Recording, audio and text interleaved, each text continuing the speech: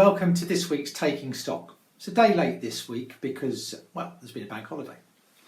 Now, I don't know how many of you have ever been to a school reunion, and if having been to one, you've ever been to another. I've been to precisely one school reunion. In fact, I was on the organising committee at the invitation of the person who had the bright idea of organising one in the first place. At the time, most of us had only left school at most 16 years before, some of us only 14 years before, because we'd been in sixth form. We were all around about the age of 34. Now, despite the frenzy around the organisation, for the most part it was very enjoyable. Even though roughly 200 alcohol-fuelled people crammed into Chingford assembly rooms on a Saturday night in February, determined to have some fun, made for some interesting group dynamics. Janet and I were not alone in being a couple who'd been together since school days. There were at least two other couples still together 14 or more years later, one of which was a teacher-pupil pairing, actually, rather than two ex-pupils, although to be fair, the teacher had never taught anyone in our year. However, there were many people there whom we hadn't seen since we'd walked out of the school gates after the last of the school performances of the gondoliers at the end of our upper sixth form. Most of us had never been back. As you might expect, although the evening was enjoyable, it also provided confirmation that so often, when you fall out of touch with old school friends, you realise there's a reason for it. At a reunion, you realise how little you have in common with the majority of people with whom you were in school. In fact, with the exception of a select few, the only thing you ever had in common with them is that you attended the same school for the same period of time.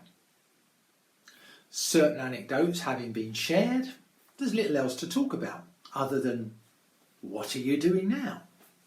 Are you married? Do you have children? Do you still all live in Chingford then? And the conversation for the most part is, well, it's over. Well, as is the evening. Apart from the massive consumption of alcohol I've already mentioned, and the subsequent spectacle of the sixth form Lothario trying out the skills of seduction he thinks he's acquired in the intervening 15 years on the girl he failed to impress when he still had a full head of hair and some hope of a career. And watching him crash and burn publicly for the second time in 15 years, to everyone else's vast amusement, under the withering scorn of her jaundiced gaze. I do remember, though, my amusement, having had a couple of those "what do you do now" conversations, at seeing the news ripple around the gathering like wind across a wheat field that Jenkins is a vicar. Well, I forgive the misnomer, I was never a vicar, never will be. I could tell who'd just heard this stunning revelation by how heads turned towards me all across the vast room as they heard the news. I felt like saying, no, I can't quite believe it either. Now, all that sort of stuff might well be quite enough to put a sane person off school reunions pretty much forever. But if it teaches us nothing else, it reminds us that true friendship is not merely about shared and encapsulated memories, even of a time which may have been crucial in the formation of our characters. It's about a multi-layered range of shared experience and shared support which incorporates memory but is not limited to it. True friendships are rich and multifaceted and sometimes cost us more than we would think possible. They are as much about trust and vulnerability as they are about common memory. And sometimes they're not necessarily about common experience at all. Someone I consider a friend and mentor is not only nearly 20 years older than me, but was raised in the countryside of the deep southwest and privately educated. You couldn't have a more different life experience than me if you tried. And one of my closest friends now is someone who was literally thrust upon me. Well, I guess it's more accurate to say that we were thrust upon each other by the exigencies of the connectional stationing system. And he and his wife turned up on my manse doorstep in Cornwall like a pair of waifs and strays, having been told the day before that unless they could find a good reason why that wasn't going to happen, they were moving from his first appointment to an emergency appointment over 100 miles away in a circuit which at the time was at war with itself. That would be my circuit then. Now that sort of crucible forged a lasting friendship which has continued to this day, but it's in the continued sharing of vulnerabilities, the continued laughter and the continued sense of a shared calling which has maintained our friendship since. Without that continuance, that persistence, there would be no friendship, just passing acquaintance. And don't get me wrong, passing acquaintance is a fine and a good thing. I have many passing acquaintances in my life, I'm sure you have too. But for it to become that rare and precious thing, true friendship, it needs to be nurtured by present engagement. One of the curious effects of social media on this generation is its ability to suddenly bring back together those who've naturally grown apart in a way in which previous generations have never experienced. And often, when we're least expecting it. There's seldom a day goes by without someone's photo or biography popping up on my Facebook feed and causing me to do a double take and say, that's who? You've got to be kidding. I mean, they look so...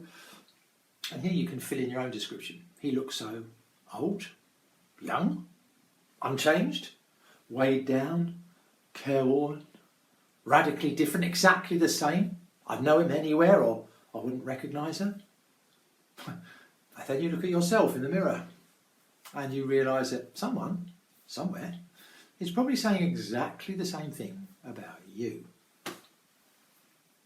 Now, although a living relationship, a true relationship, is multi-layered and becomes increasingly complex as time goes on, it's almost by definition something which changes by subtle degrees every day and often imperceptibly when you're involved.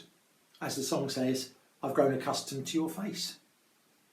Just as you can be shocked when you come across a photograph of a familiar street taken when you were young and compare it with how that street looks now, you can be shocked when brought up short by suddenly recognising what changes have happened in your life or in the life of one of your friends or family in all the years you've shared and taken for granted. Now, I believe the core of who we are remains unchanged. I'm pretty sure, for example, that you could swap my junior school reports for my theological college assessments 20 odd years later without noticing when it comes to personality traits. But it's life's experiences and force of circumstance which often brings out some character traits and suppresses others during the course of our life.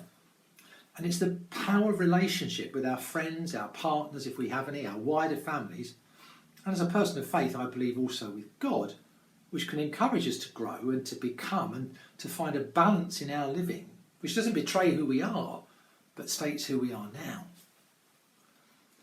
This COVID pandemic has affected everybody in the country. What am I saying? Everybody in the world, without exception, one way or the other. Millions of lives have been lost and are being lost as I write this script and as you watch this video.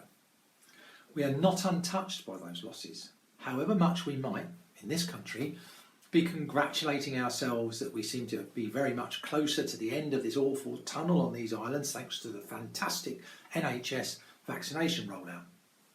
But if we learn nothing else from this, I hope and I pray that we will learn or relearn the value of community, of connectedness, of true friendship, and not just the microcosmic relationships between each of us, which enrich our lives in the moment and in memory, and those to whom we are obviously and deeply connected, but also the macrocosmic relationships between us and people whom we almost certainly will never meet. Stripped of all but the essential elements of life by the force of this crisis, I know that we're all challenged by this experience, but it's in our power to decide whether that change is to be for good or ill. There's a story which emerged originally from the Eastern Bloc in the Cold War. As I heard it, came from Czechoslovakia, or what was Czechoslovakia, and which eventually was reduced to this aphorism: you can choose your friends, but you can't choose your family. As any reunion will show, every one of us makes conscious choices about who we count as our friends and who we stay connected with. And the test of those friendships is how they shape us, and how we shape them, and how they continue. We can, on the face of it, and at a relatively shallow level, reject the people with whom we shared for a time, a school building, a college campus, a workplace. But we cannot reject the inextricable relationship we each have with every other human being and hope to prosper. Whether we like it or not, we are connected. In the 21st century, the whole world is the smallest possible unit of survival. Stay safe.